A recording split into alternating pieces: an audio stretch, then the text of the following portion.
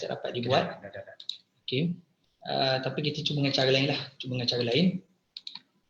Pertama kita akan sambung kita punya pengajian dalam jilid pertama buku ataupun kitab Fiqh Manhaji muka surat yang ke-33. InsyaAllah kita punya isi perbincangan kita pada hari ini 3 perkara: hukum bersuci, bahagian-bahagian air dan hukum menggunakan bekas. Okey. Itu pergi pada hukum bersuci muka surat ke-33 hingga 37. Okey. Pertama, bersuci dari segi makna, dari segi bahasa. Bila tersebut bersuci dari segi bahasa, dia juga ada juga dari istilah fiqh. Dari segi bahasa dia bermakna bersih, disebut bersuci, bersih dan terhindar daripada segala kekotoran sama ada hissiyah. Hissiyah ni yang boleh dirasa. Contoh najis. Najis ni kita tahu, kita nampak dia. Jadi bila kita bersihkan pada najis, maknanya kita dah bersuci. Yang kedua, dari segi bahasa juga kita bersih, suci daripada perkara yang tidak boleh dirasa, iaitu maknawiyah. Contoh sifat-sifat keji. Kita tak nampak sifat keji kita, sifat yang tak baik, sifat orang lain tak nampak. Tapi bila kita bersih pada perkara itu, dipanggil bersuci. Okay. Dari sudut istilah fiqh. Istilah fiqh disebut bersuci ni, dia membawa makna perbuatan yang apabila dilakukan akan membolehkan kita untuk menggunakan solat. Atau perkara yang mempunyai hukum seperti solat. Kita buat satu perkara ini, bila kita buat satu perkara ini, kita boleh luarkan solat ataupun perkara lain yang mempunyai hukum seperti solat. Contohnya, kita ambil wuduk. Bila ambil wuduk, sebab kita ambil wuduk, maka kita boleh solat. Sebab kita ambil wuduk, kita boleh pegang mushaf Al-Quran. Sebab ambil wuduk, kita boleh tawaf. Kedua, mandi wajib. Bila keadaan hadas besar, dan bahaya besar, bila kita selesai mandi wajib, maka selepas itu kita boleh untuk solat. Ataupun kita menghilangkan najis dari pakaian, benda dan tempat. Ini juga dipanggil bersuci. Contohnya dekat pakaian kita ada najis. Najis ataupun tempat kita nak solat ada najis contohnya. Kita bersihkan najis tu, maka kita telah bersuci dari sudut tempat dan juga sudut pakaian kita sebagainya. Sebab apa? Bila kita bersihkan perkara tadi, najis, maka kita boleh solat di situ. Bila kita bersihkan najis yang ada kat badan kita, maka kita boleh nak baca Quran dan sebagainya. Ini dari sudut istilah fiqh. Apa yang kita dapat faham berdasarkan istilah fiqh ini, bahawasanya perbuatan yang apabila dilakukan bolehkan kita solat ataupun perkara yang mempunyai hukum seperti solat. Contohnya pegang mushaf Al-Quran, tawaf dan sebagainya.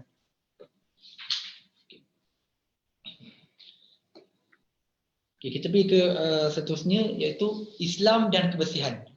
Sebenarnya perkara ini perkara yang semua dah tahu. Bahawasanya Islam ini sangat sinonim, sangat mementingkan kebersihan. Banyak bukti-bukti, antara bukti yang dibawa dalam buku Fiqh Manhaji ini, beberapa perkara. Antaranya adalah arahan untuk kita berwuduk setiap kali solat. Semua itu arahan untuk berwuduk.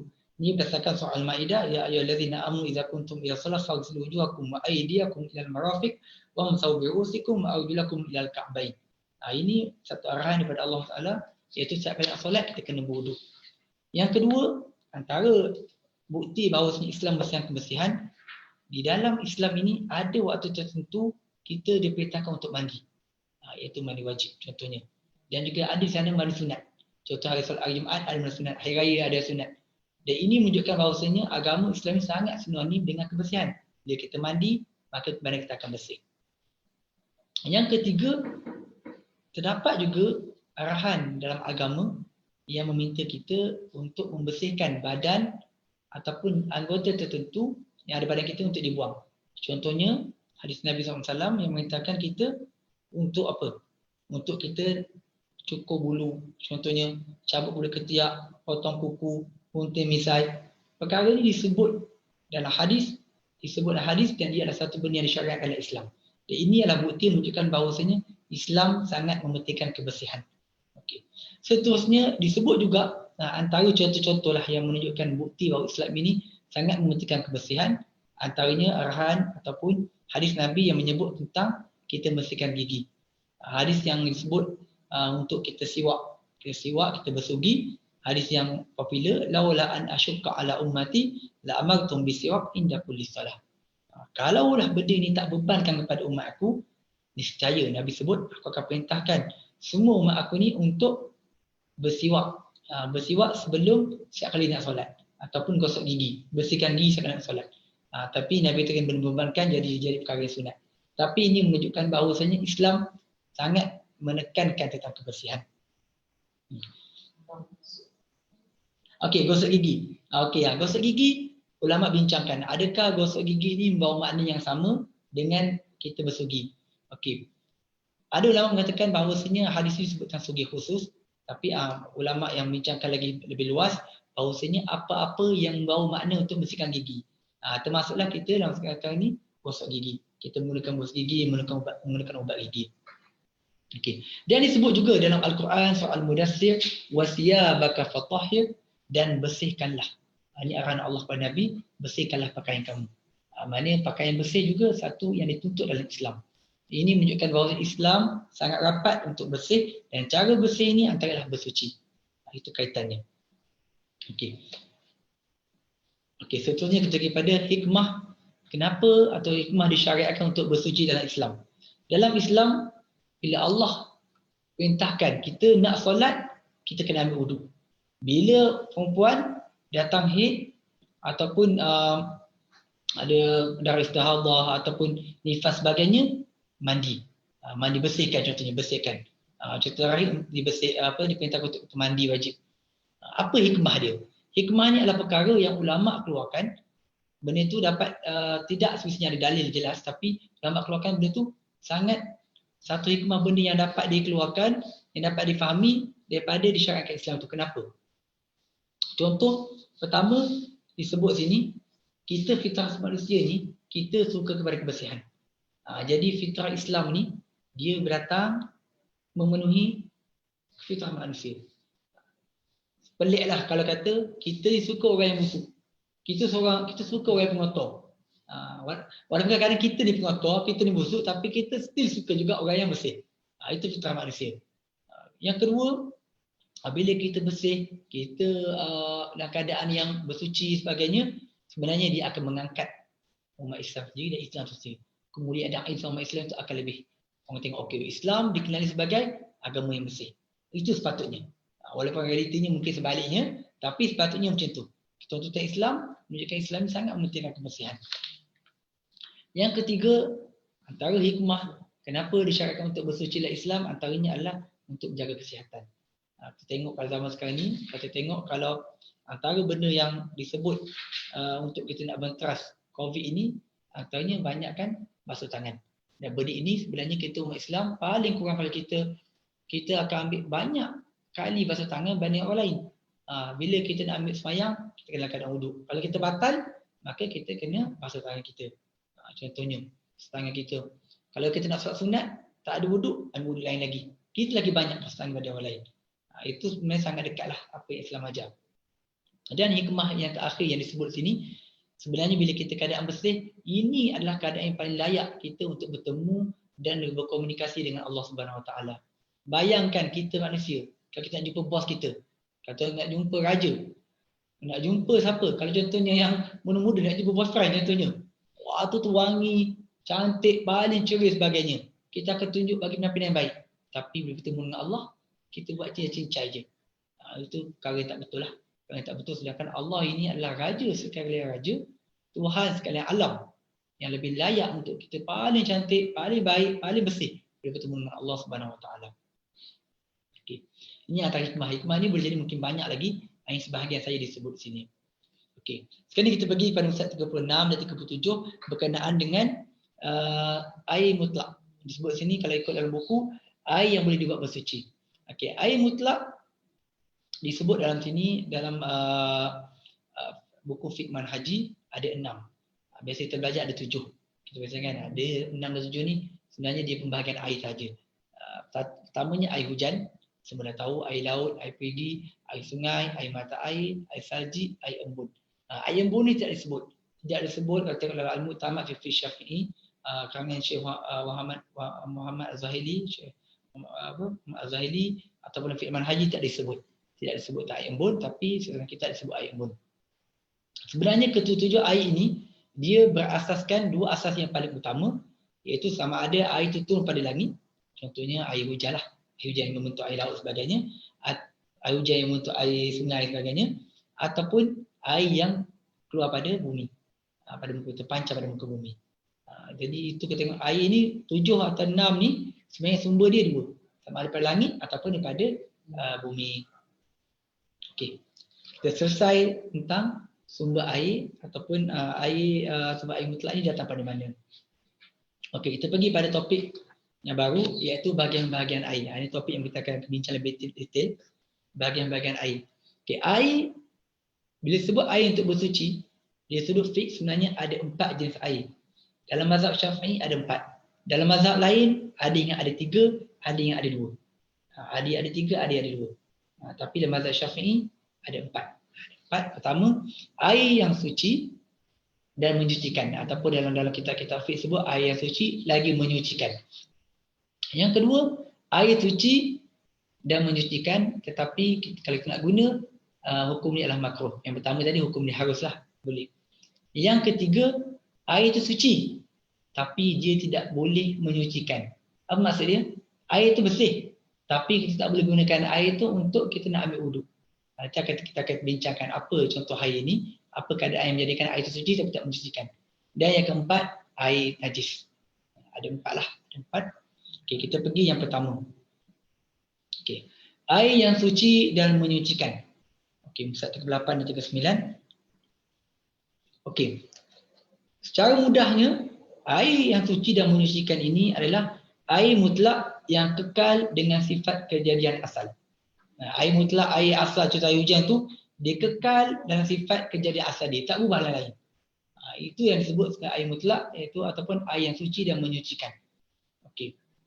Dalil dia kita tengok disebut dalam pasal 38 di hujung di bawah, di mana kisah seorang Arab Badui, dia datang ke kawasan Masjid Nabawi dan dia telah buang air kecil, dia telah kencing di sana. Para sahabat bila melihat Arab Badui ni datang kencing dekat salah satu kawasan Masjid Nabawi ni, mereka dah siap-siap lah. Apa mereka nak buat? Mereka nak pukul, nak bunuh. Arab ni memang tak boleh. Lagi sebab dia kencing kat masjid, mereka akan datang tu kencing masjid. Benda sensitif. Tapi Nabi larang. Nabi kata, biarkan Arab Badui ni selesaikan dia punya hajat. Selesaikan dia punya hajat. Okey, lepas selesai tu, apa Nabi buat? Nabi suruh sahabat datangkan sebaldi air, sebekas air, lepas tu Nabi bersihkan. Nabi curahkan air lah. Mana sahabat curahkan air. Kalau kita tengok hadis ni, ada beberapa perkara lah yang kita boleh keluarkan. Di antaranya, ini membuktikan bahawasanya air yang bersih ni, dia boleh membersihkan najis. Itulah bukti bahawasanya adalah air yang suci dan boleh menyucikan. Kita tengok, kalau kita tengok takrifan awal tadi, bersuci atau menyucikan ni antaranya adalah kita menyucikan tempat yang bernajis. Contohnya hadis ni lah. Bila Nabi SAW dia arahkan sahabat untuk buat sedekah dan bersihkan kawasan yang Arab Badui itu kencing, ini membuktikan bahawasanya air mutlak ini dia suci dan menyucikan. Ulama dikeluarkan satu perkara lagi. Ini tambahan daripada saya.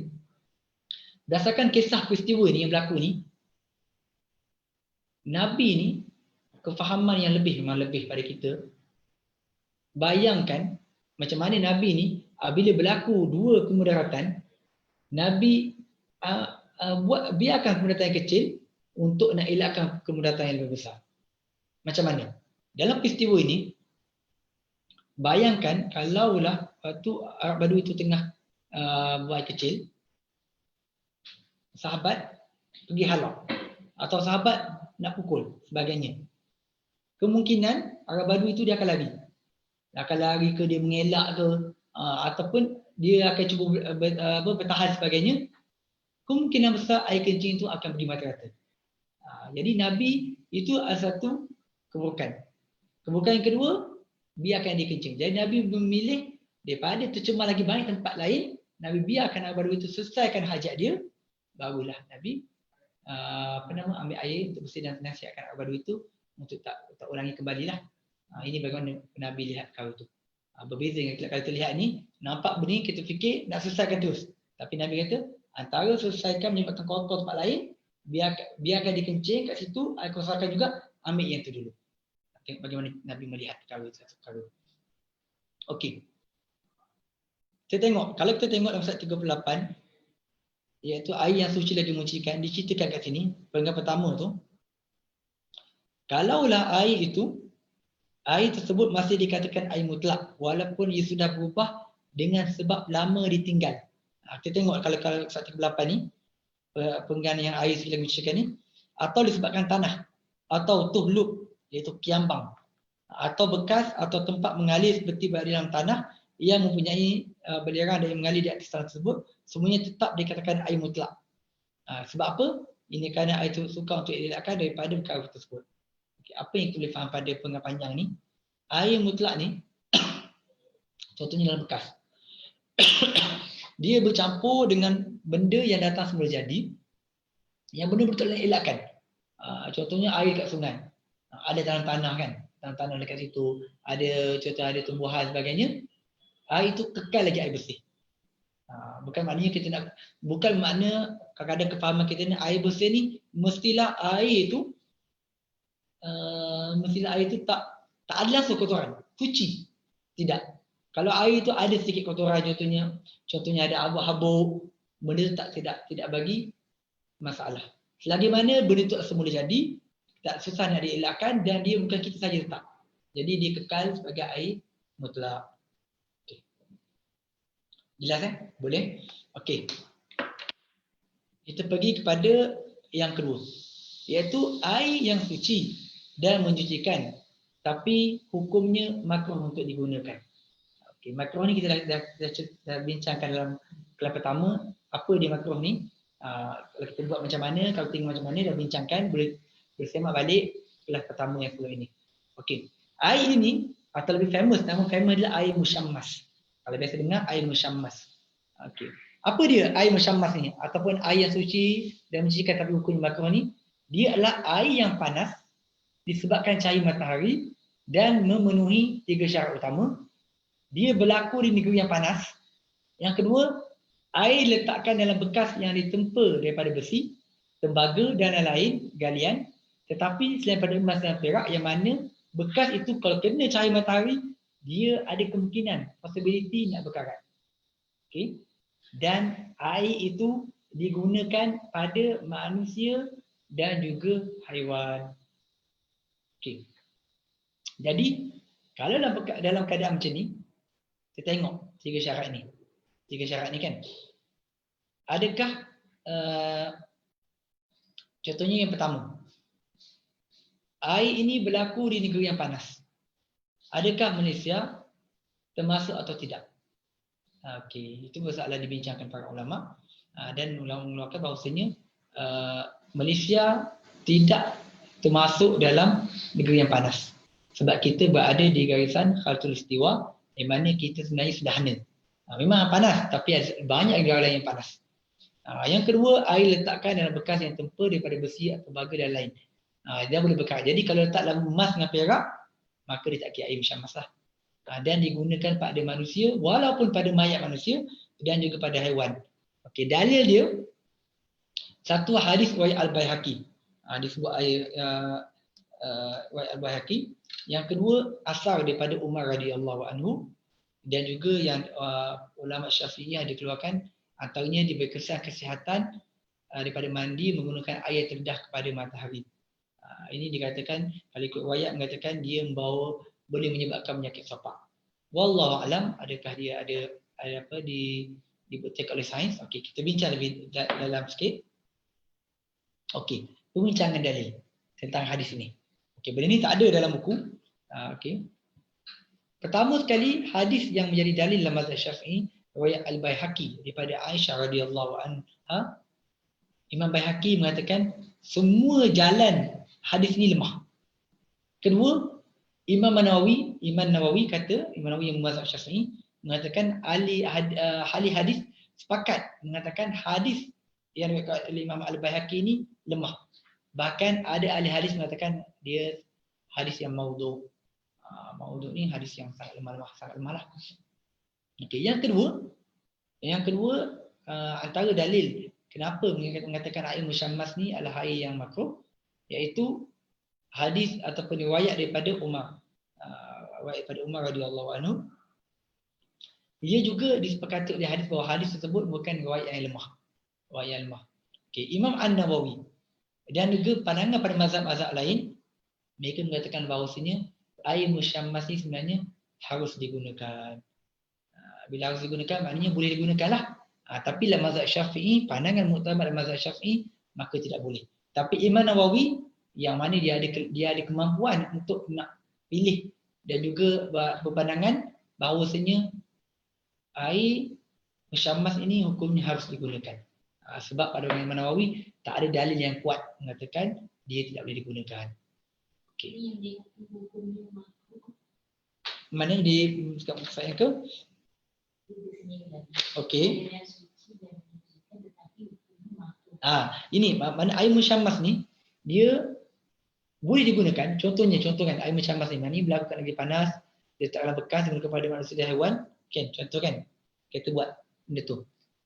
Adakah boleh tak orang wuduk? Boleh. Tapi hukum dia makruh.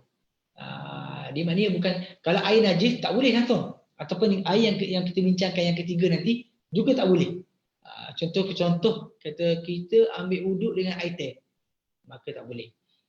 Tapi ambil wuduk dengan air yang kena air biasa, tapi kena air panas, kena matahari yang panas, maka tidak ada masalah.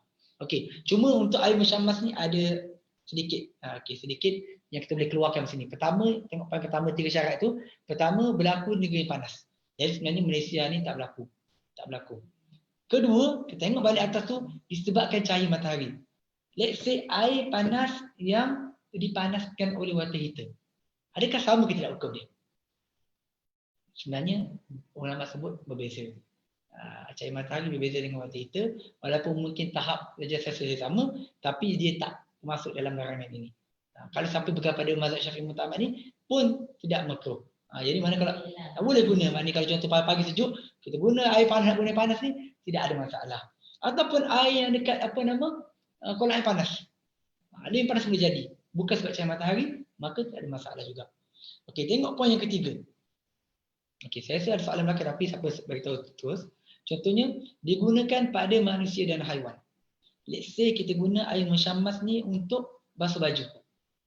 Ataupun tempat kita, sebab bersuci ni, antaranya adalah kita nak bersihkan tempat. Contoh tempat kita ada najis kan. Contoh tempat solat lantai najis. Kita guna air kena panas tadi, kita guna. Boleh tak boleh? Maka kalau kita pegang pada mazhab Syafi'i muktamad pun tidak makruh. Sebab dia hanya pada manusia dan haiwan. Sebab antara sebab tak boleh sebab takut dikena penyakit sopak. Lantai tak kena penyakit sopak. Contoh kan baju tak kena penyakit sopak. Jadi tidak ada sebab untuk melarang perkara itu. Jadi boleh. Okey. Sekarang ni kita pergi yang ketiga. Pada bahagian-bahagian air, iaitu air yang suci. Air suci, tapi dia tidak boleh dibuat untuk bersuci. Okey, maknanya air itu bersih. Tapi kita tak boleh buat air itu untuk nak ambil wuduk, nak mandi wajib dan sebagainya. Okey, dia ada 2 jenis. Jenis pertama, air itu yang sedikit. Air sedikit yang telah digunakan untuk perbuatan bersuci yang wajib. Okey, contoh dia apa? Kita ambil wuduk. Okey, air telah digunakan. Air wuduk kan sikit air je kan. Wuduk, air bekas pada wuduk tu yang mana kita gunakan untuk solat zuhur. Maka ketika itu air itu masih bersih, taklah jadi air najis ataupun tak jadi air musyammas. Tapi kita tak boleh guna untuk kali kedua. Tak boleh guna untuk kali yang kedua. Okey. Boleh clear dipanggil air mustakmal. Okey, kejap kita tengok slide ni. Okey, ni ada soalan ni kita apa nanti kita akan bincang ni. Okey, ni saya cakap secara umum dulu. Okey, itu yang jenis pertama. Jenis yang kedua, air mutlak. Air itu bersih. Pasal air itu bercampur dengan satu yang bersih. Kita benda itu tidak boleh dipisahkan apabila bercampur dan tidak lagi dipanggil air. Yang syariah pelayan hospital. Okey, contohnya air teh. Okay. Bayangkan kalau kita buat air teh, kita buat dengan air masak kan. Kita campur satu yang suci, campur teh. Lepas jadi teh, adakah kita panggil dia air masak lagi? Adakah kita panggil dia air putih? Takkan. Tak panggil. Dan juga, adakah lepas dah jadi air teh tu, kita boleh nak keluarkan air dah kuning air teh tu, kita nak jadikan air biasa balik? Tak boleh. Jadi itulah yang jenis kedua. Air tu bersih. Adakah kita kata air najis, air teh? Tak. Air najis tak. Tapi dia tidak boleh diambil untuk ambil uduk ke. Contoh air kopi, air lain, air minum lain, contoh je lah. Air minum lain, bila kita campurkan dengan air, maka air itu masih lagi suci. Tapi boleh digunakan untuk wuduk, untuk mandi wajib dan sebagainya. Sebab itulah dia masuk ke air suci dan tidak menyucikan. Bukan sifat dia.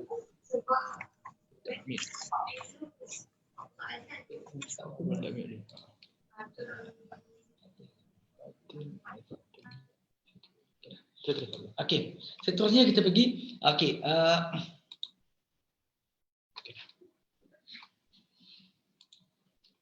Okey, dalil kepada yang menunjukkan bahawasanya di sana ada air yang suci dan tidak menyucikan. Okey. Satunya hadis daripada Jabir, tengok 40 atas, daripada Jabir. Ja'a Rasulullah SAW ya'uduni wa ana marid la aqilu fatawadda wa sabba min wudu'i alayya. Rasulullah datang menziarahi aku untuk bertanyakan keadaanku ketika aku sakit dan tidak sedar. Ni Jabir cerita. Okey. Lalu baginda berwuduk dan mencurahkan air wuduknya ke atas aku. Ini antara membuktikan bahawasanya sekiranya air wuduk tersebut tidak suci, saya baginda tidak akan mencurahkan ke atas Jabir. Ini menunjukkan maknanya air itu tak banyak lah. Air wuduk tu Nabi wuduk, dan air yang bekas lepas tu Nabi gunakan tu bukan untuk wuduk. Air macam ni ketika aku sakit, lalu baginda berwuduk dan mencurahkan air wuduknya ke atas aku. Bayangkan kalaulah air yang Nabi guna tu adalah air yang tak suci, Nabi tak akanlah ambil wuduk. Bekas wuduk air Nabi tu, Nabi pergi curah pula, ataupun curah pada Jabir dengan sakit. Jadi menunjukkan bahawasanya air bersih. Tetapi yang menunjukkan bahawa dia tidak boleh dibuat air wuduk. Okey, tengok hadis yang kedua. Bagaimana ulama ni dia akan gabungkan dua hadis cuma untuk mengharmonikan beberapa hadis. Okey. Ni hadis yang diriwayatkan oleh Abu Hurairah radhiyallahu anhu.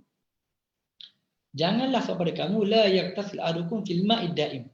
Janganlah kamu mandi dalam air yang bertakung, iaitu air tenang, sedangkan kamu dalam keadaan berjunub.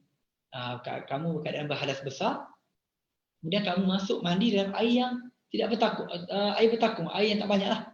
Okey. Lepas tu dia tanya kat sahabat ni yang berapa. Jadi macam mana buat? Sahabat kata, kalau kamu nak mandi nak bersihkan, kamu masuk terus dalam tu, keluar terus. Ini menunjukkan bahawasanya air yang kecil ni, air yang dalam kecil ni, dia maknanya kalau dia ambil, dia masuk basuh badan dia, jatuh balik itu, maka dia akan jadi air mustakmal. Maknanya air yang suci dia tak mencikan. Tapi kalau sekali masuk rendang kepala, keluar semua, contohnya, maka tak ada masalah. Ataupun sekali guna janganlah guna ambil lain, itu yang cerita. Jadi maka tak ada masalah. Ini antara dalil yang menunjukkan bahawasanya air ini bila air yang tak banyak, air yang sedikit, dia telah digunakan, dia suci, masih lagi bersih, tapi tak menyucikan. Okay. Kita pergi yang ketiga, iaitu air najis ataupun air mutanajis. Okay. Air najis ni pun dia ada dua jenis. Tadi air yang suci tak menyucikan tadi ada dua jenis juga. Contoh air satu air mustakmal, kedua air minum. Contoh air minum lah kan. Kedua, untuk air najis pun ada dua juga. Dua keadaan, dua jenis. Pertama sekali, air yang sedikit. Apa maksud sedikit? Dia sebut air sedikit, air banyak. Sedikit ini kurang pada 2 kolah. Nanti saya akan beritahu apa anggaran 2 kolah itu, yang mana terjatuh najis ke dalamnya.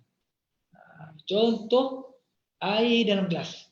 Dalam gelas minum tu jatuh najis contohnya. Bila jatuh najis dalam tu, maka air, hukum dia air menjadi najis walaupun hanya sedikit najis yang masuk, walaupun tidak berubah warna, bau dan rasanya. Okey, contohnya dalam gelas air tadi. Gelas air masak. Tiba-tiba jatuh najis. Binatang dalam tu kan. Jatuh najis. Air tu dia sikit jatuh. Satu. Kedua, warna dia tak berubah. Still lagi warna yang masak. Contoh. Still lagi tak ada bau apa-apa. Rasa pun tak rasa.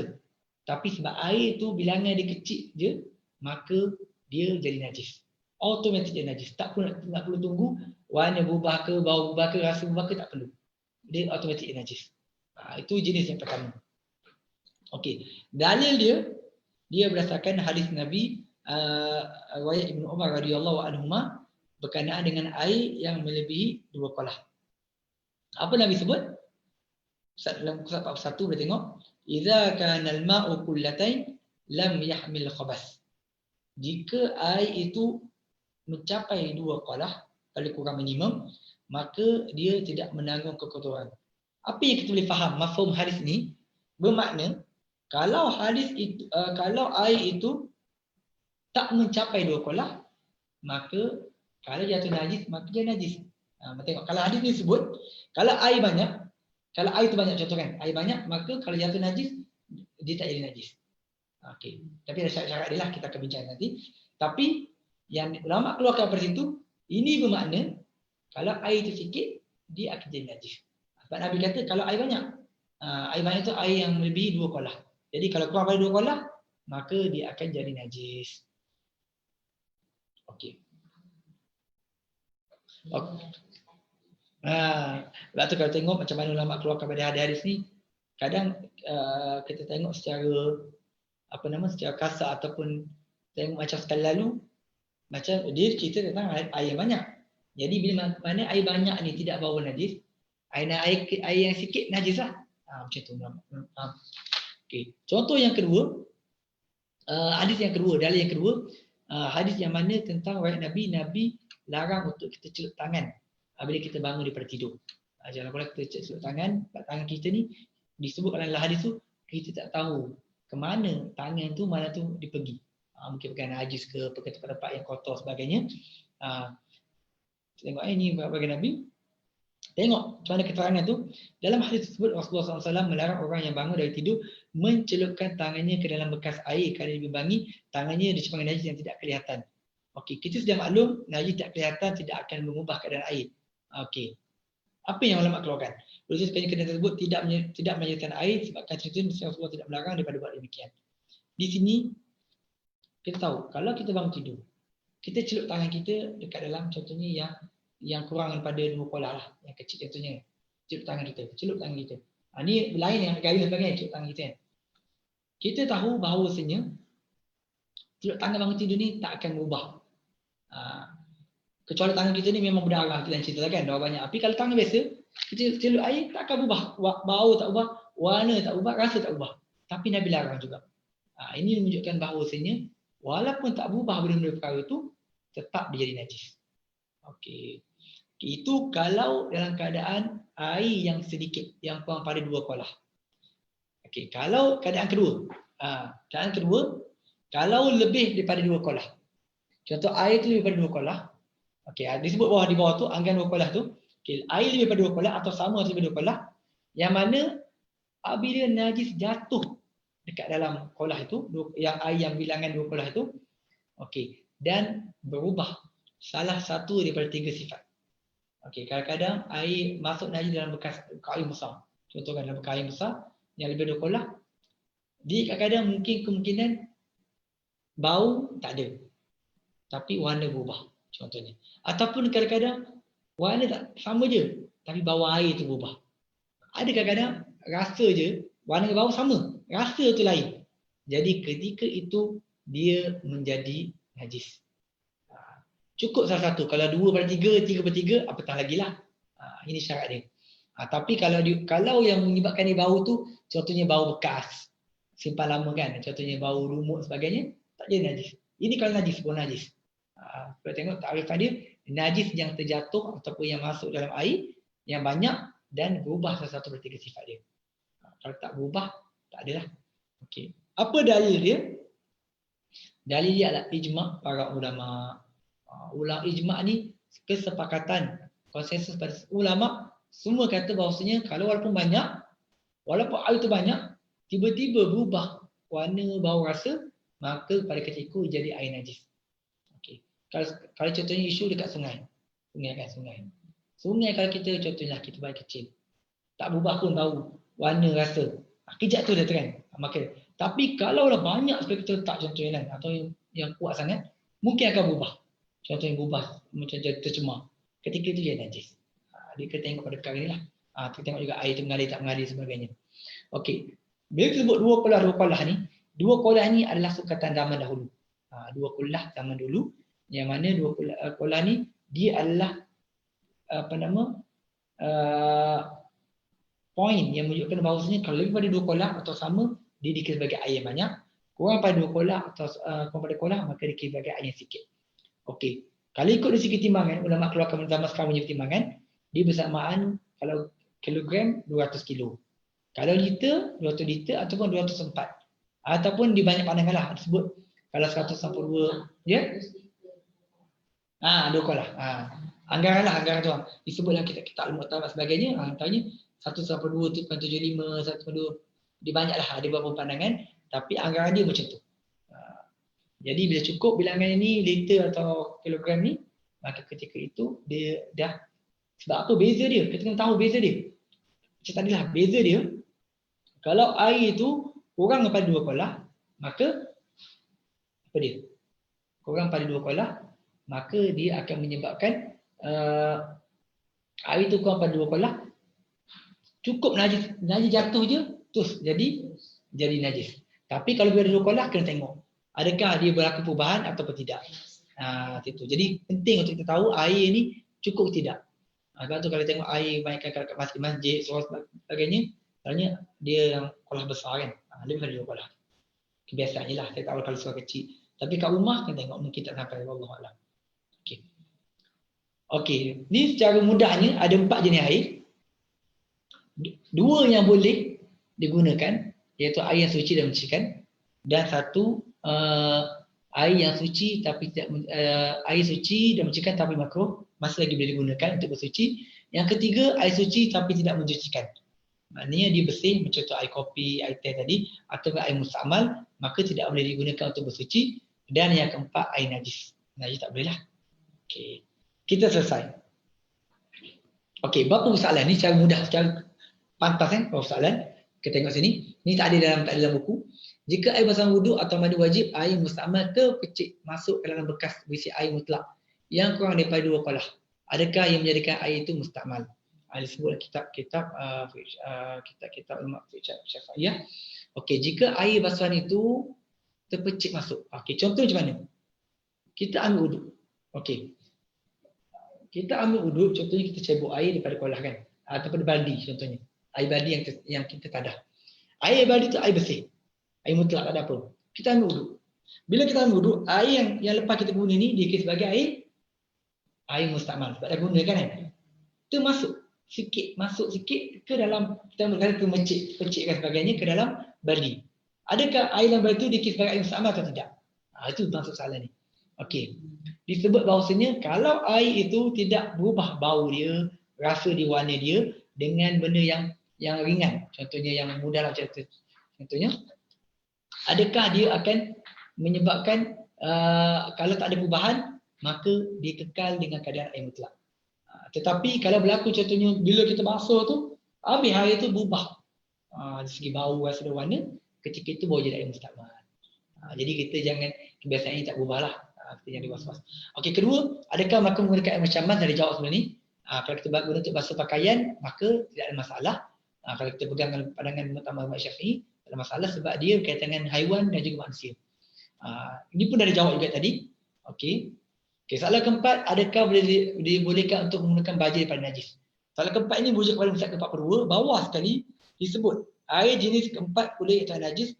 Air yang najis, ia tidak boleh digunakan untuk apa-apa kegunaan pun. Okey, nanti kita akan bincang akan datang. Kita akan bincang lebab najis, boleh atau tidak, bagaimana fatwa para ulama tentang perkara ini. Okey, saya tak jawab lagi lah soalan ni. Okey, info tambahan. Okey, jika najis mayat binatang yang tidak mempunyai darah, yang mengalir seperti nyamuk terjatuh ke dalam bekas air, air bekas tersebut tidak menjadi najis. Okey, sebab cara dia binatang yang tidak darah tak mengalir. Okey. Itu je najis. Itu je najis. Ni kalau mani binatang yang darah tak mengalir. Contoh belalang kan, tak mengalir. Okey, yang kedua, jika najis dan kesannya dalam air yang sebelumnya telah dicemari oleh najis telah hilang dengan sendirinya. Contohnya bekas besar, bekas air itu dia ada najis. Lama-lama hilang dengan sendirinya najis tu. Macam cara lah kan. maka air itu jadi suci. Tetapi jangan bawa sekali, jika air yang bersih sebabkan air yang bersih, air tadi najis, dia pasti dia bersih sebab kita tak benda lain, tak pasir, tanah sebagainya, maka walaupun air itu dah hilang bau rasa dan warna, contohnya air tidak suci lagi. Sebab ada benda lain. Kecuali kalau dengan semula jadi, dengan sendirinya maka dia akan jadi bersih. Okey, boleh kan? Jelas? Okey, ni pantas kita kalau boleh nak cepat. Okey, hukum menggunakan bekas. Ada 4, bekas daripada emas dan perak, bekas tanpa daripada emas dan perak, bekas yang dibuat daripada bahan bernilai, bekas orang kafir. Pertama, bekas peralatan yang digunakan. Okey, apa maksud bekas? Bekas adalah peralatan yang digunakan untuk mengisi cair dan lain-lain. Kenapa dibincangkan bekas dalam bab bersuci? Tiba-tiba dia bincang bekas kan? Kita nak buat wuduk ni. Sebab terutama pada zaman dahulu, selalunya dia nak wuduk, disimpan air dalam bekas. Bekas tertentulah. Sekarang ni mungkin tak jadi isu sebab kita ada paip sebagainya. Zaman dulu dia ada simpan bekas. Macam bekas lah kalau dulu tempayan sebagainya kan. Zaman dulu lagi pelbagai. Jadi dibincangkan bekas ni, bekas macam mana boleh letak? Sebab itulah. Sebab itulah ulama dia mengarang kitab fiqh ni, bila bab air suci, dia akan bincangkan juga bekas yang digunakan tu. Takut air dah okey, bekas pula masalah contohnya. Okey. Okey, pertama sekali, hukum menggunakan bekas daripada emas dan perak. Pertama, kita jelas haram bagi lelaki dan perempuan dalam semua bentuk penggunaan, kecuali dalam keadaan yang sangat terpaksa. Sangat terpaksa lah. Terpaksa contohnya untuk rawatan contohnya kan. Disebut kalau contohlah gigi tu terpaksa guna gigi emas saja yang boleh, ketika itu terpaksa, dikira sebagai terpaksa. Okey, yang kedua, hukum menjadikan emas sebagai perhiasan. Bukan bahan kemas, tapi perhiasan. Contohnya nak buat pelak daripada emas tulen, maka hukum dia adalah haram juga. Disebut di sini haram, tak boleh. Okey, dalilnya hadis daripada Huzaifah radhiyallahu anhu, Huzaifah al-Yamani. Okey, disebut sini wala tashrabu fi aniyati dzahab wal fiddah, dan janganlah kamu minum daripada bekas emas dan juga perak. Sebab tiga ni. Larangan ini disebut tidak boleh untuk minum, gunakan untuk minum. Okey, macam mana ulama istinbat keluar kepada hadis pada hadis hukum pada hadis ni? Minum adalah perkara benda yang sangat penting. Kalau minum pun tak boleh, apatah lagi untuk perhiasan. Apatah lagi guna untuk lain. Jadi minum ni makna pentinglah kalau nak minum, kalau tak ada bekas sangat pun tak boleh, apatah lagi kalau untuk perhiasan. Okey, kita pergi kepada yang kedua, hukum menggunakan bekas yang tampal daripada emas dan juga perak. Okey, yang tadi emas perak sepenuhnya, ini ditampal. Emas perak, okey. Kalau hukum menggunakan bekas yang tampal dengan emas, haram secara mutlak. Sama ada banyak ataupun sikit, maka tak boleh. Okey. Yang kedua, kalau kita tampal dengan perak. Kadang-kadang kalau contoh tembaga pecah kan, kita nak tampal sebagainya dengan perak. Macam mana? Okey, kalau kita sedikit, gunakan sikit je. Dan bukan untuk tujuan hiasan, maknanya sebab keperluan tertentu, maka hukumnya harus. Dia ada hadis Nabi SAW, kisah ini, bagaimana ada pada Asim Al-Ahwal. Aku melihat perut Nabi SAW di sisi Anas. Perut tersebut telah pecah. Tampalannya daripada perak. Anas berkata, aku telah memilih Rasulullah SAW menggunakan bekas ini daripada sekian-sekian. Menunjukkan bahawasanya Nabi SAW menggunakan bekas yang ditampal menggunakan perak. Sebab apa? Bukan bila pecah ni nak tampal balik, gunakan perak. Jadi bila tampal tu Nabi minum. Menunjukkan bahawasanya boleh. Tapi kalau kita guna tampal pada perak ni, banyak. Guna maknanya, contoh satu bekas ni, baru perak. Contohnya banyak. Dan untuk tujuan perhiasan. Untuk hias cantik ni, kita tak tampalan perak ni, disadu dengan perak sebagainya, maka hukum ni haram. Yang ketiga, kalau banyak, kita guna banyak. Tapi tampalan sebanyak, tapi sebab ada keperluan. Ataupun sedikit je kita guna perak tapi untuk hiasan, maka hukum dia adalah makruh. Hukum dia kalau nak faham, kita tengok balik kita punya lecture pertama lah. Okey, kita tengok hukum menggunakan bekas yang ada bahan yang bernilai. Contohnya macam-macam sekali kan. Mungkin permata sebagainya daripada emas dan perak, hukum dia harus. Nak guna perhiasan, nak tampal tak ada masalah. Sebab apa? Tidak ada dalil yang menghalang. Tapi kalau emas perak ni ada dalil yang tadi kita baca dalam surah yang ke-43, wala tashrabu fi aniyati dzahab wal fiddah. Adapun yang perkara lain, maka tak ada masalah. Jadi hukum ni, asal perkara ni, sebab ibadah ni harus, tinggal ada dalil yang melarang. Ini gunakan untuk kalau kita nak gunakan untuk murid sebagainya, tidak ada masalah lah. Hukum asal perkara selain pada ibadah. Kalau ibadah ni hukumnya tak boleh kecuali ada dalil, tapi selain pada ibadah ni diharus kecuali lah ada dalil. Okey, hukum menggunakan bekas orang kafir. Ini soalan yang dibangkitkan pada pertemuan yang lepas lah. Hukum dia harus. Orang kafir, contohnya kalau kita pergi barang tahu, barang ni boleh guna pinggan mangkuk kan. Contoh pinggan mangkuk ataupun apa-apa bekas orang kafir, kita tak tahu. Kita tak pasti, maka tak ada masalah. Apa dalil dia? Dalil dia berdasarkan riwayat oleh Abi Sa'labah radhiyallahu anhu yang merupakan seorang sahabat Nabi yang berasal daripada perkampungan orang bukan Islam, orang kafir. Mana dia tu bukan Islam asal ataupun ramai orang Islam. Dia kampung dia ramai yang bukan orang Islam. Dia datang jumpa Nabi, dia tanya macam mana nak guna, bolehkah dia guna bekas-bekas daripada kaum ahli kampung dia, kaum kerabat dia. Apa jawab Nabi? Farsiluha wa kulu fiha. Maka basuhlah dan makanlah dengannya. Okey, maksud Nabi kata basuh dan gunakan dia. Jadi arahan pada hadis ni, arahan ini tidak menjadi wajib, dia jadi sunat saja. Bukan yang wajib. Kecuali kalau kita confirm bahawasanya dia guna untuk perkara najis, maka ketika itu lain ceritalah. Tapi kalau kita agak-agak tak pasti, kita hanya cukup untuk basuh saja. Jangan menyusahkan kita. Akan sama sebagainya. Okey, ini soalan minggu lepas ya. Ahmad pergi melancong ke Amsterdam, katalah Ahmad ingin menggunakan pinggan mangkuk dan pinggan gelas yang disediakan Nabi Akal. Apa hukum dia? Maka Ahmad kalau benda yang sangkaan saja, dia hanya perlu basuh. Tidak ada masalah. Okey. Ini pendek saja pembincangan tambahan. Okey, hukum lelaki pakai emas dan perak. Lelaki pakai emas tak boleh. Lelaki pakai perak tak ada masalah. Sebab Nabi ada cicir pada perak. Yang kedua, hukum pakai emas putih dan platinum. Okey, ini biasa berlaku. Hukum pakai emas putih dalam fatwa tak boleh. Emas putih sebabkan macam ni. Adakah betul di emas putih ataupun sebenarnya platinum? Kalau emas putih sebenarnya dia adalah campuran emas kuning dengan campuran logam lain. Jadi bermakna ada emas itu. Itu tak boleh. Tetapi kalau platinum, tapi kalau ada orang tertukar, orang kata platinum tu emas putih benda sama, maka ketika itu kena jelas. Emas putih tu memang ada emas dalam dia ke ataupun dia adalah platinum. Kalau platinum tak ada masalah. Platinum boleh. Okey, hukum pakai swasa.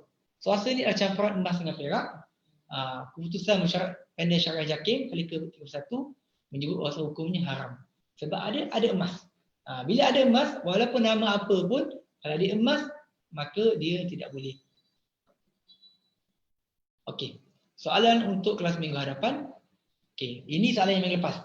Tentang luka, kita tak sempat bincang minggu ni, jadi kita buat minggu depan. Aisyah telah mengalami luka pada bahagian tangannya akibat daripada kemalangan, dia telah masuk luka. Jadi apakah status luka dengan nanah yang keluar tu?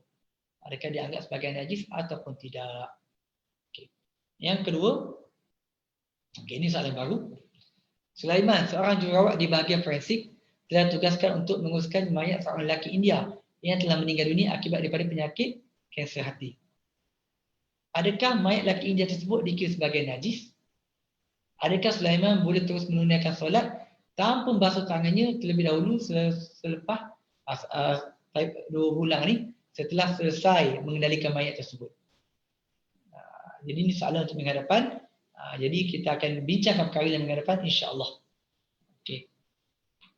Okey, selesai telah kita pada minggu ini. Terima kasih kepada semua yang meluangkan masa. Minta maaf ada sedikit gangguan teknikal pada awal tadi. Okey. Ma asabaka min hasanatin fa minallah wa ma asabaka min sayyi'atin fa min nafsik. Aku di qauli hadza astaghfirullahalazim li wa lakum. Assalamualaikum warahmatullahi wabarakatuh. Assalamualaikum warahmatullahi wabarakatuh.